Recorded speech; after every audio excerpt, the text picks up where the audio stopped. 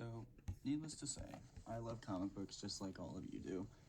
I've been reading them for years, and Marvel and DC is what stood out to me originally when I first got into them, with all the explosive colors and awesome art and characters that were relatable and very easy to get behind, such as Spider-Man, Superman, Batman, Fantastic Four even. But the comic books that really had a long-lasting impact on me and ones that really had an influence was Calvin and Hobbes, Garfield, and Bone. And these stories felt like they were able to reach all ages, such as children, adults, teenagers, but still seem like they're like a kid's story, like cartoony and fun. But they dealt with mature ideas such as like friendship, self-worth, finding out who you are, loss, loneliness, and things like that. And of comic books that were like this, I feel that Bone is one that stood out among the rest of them. Bone was inspired by many popular pieces of literature, such as Lord of the Rings, and the Eye of Sauron being like the Lord of the Locusts, Huckleberry Finn with Phone Bone and Smiley Bone, and Pogo being a literal inspiration for Miss Possum and her family, as well as Smiley Bone and Albert the Alligator having some obvious parallels there with the cigar always sticking out of their mouths. These characters always seem to be in some sort of other reality where they are experiencing things in a different way than the main character is. This gives the main character a chance to see things in a new light with these characters, just because of their outside perspective. And this is something I saw in an interview with Jeff Smith, where this character of Albert the Alligator did, in fact, directly inspire Smiley Bone for the story Bone. Walt Kelly's Pogo was not necessarily meant for children, but the artwork was something that attracted younger readers. And I think Bone is a very, very similar way.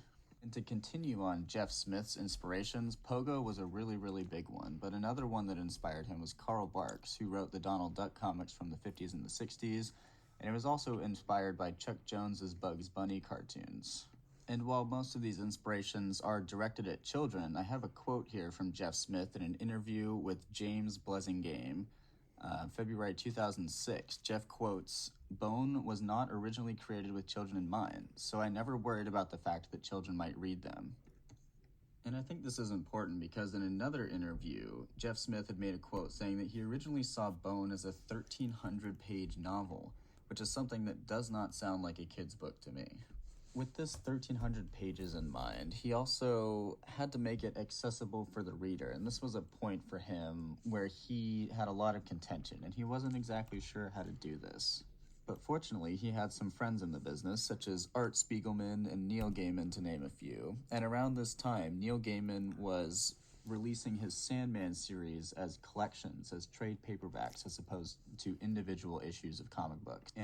And from here, this inspired Jeff to create his Bone series as a book of collections, where each book would be its own individual novel, and there would be 10 total, beginning with Out of Boneville.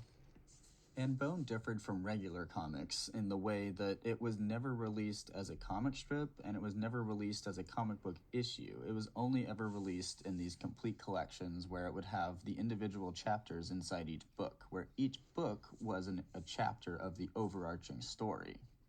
And going back to my comment about not ever being published as a comic book strip, this is actually not entirely true, as in the past, before Jeff Smith created the story of Bone, he had an old comic strip titled Thor: Tales from the Lantern. And once the strip did well enough, Jeff then went on to continue to make his masterpiece Bone. And after Bone had been on the shelves for a couple years, the controversy had started to set in, and certain people and certain groups decided to challenge this book.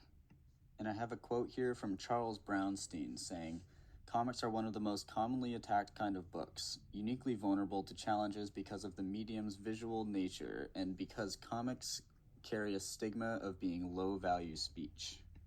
Though Brownstein may not be valued anymore, I do believe this quote has a lot of value in talking about Bone and how it has been attacked throughout the years.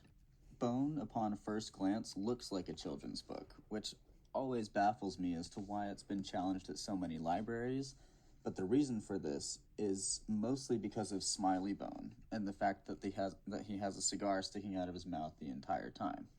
The Comics Code Authority has had an influence on how people think of comic books ever since their strict guidelines have come to light in 1954.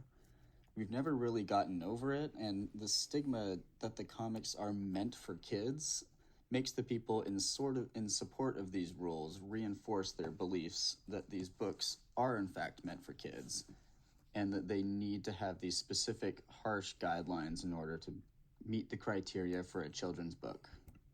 I do not believe that Bone is a children's book.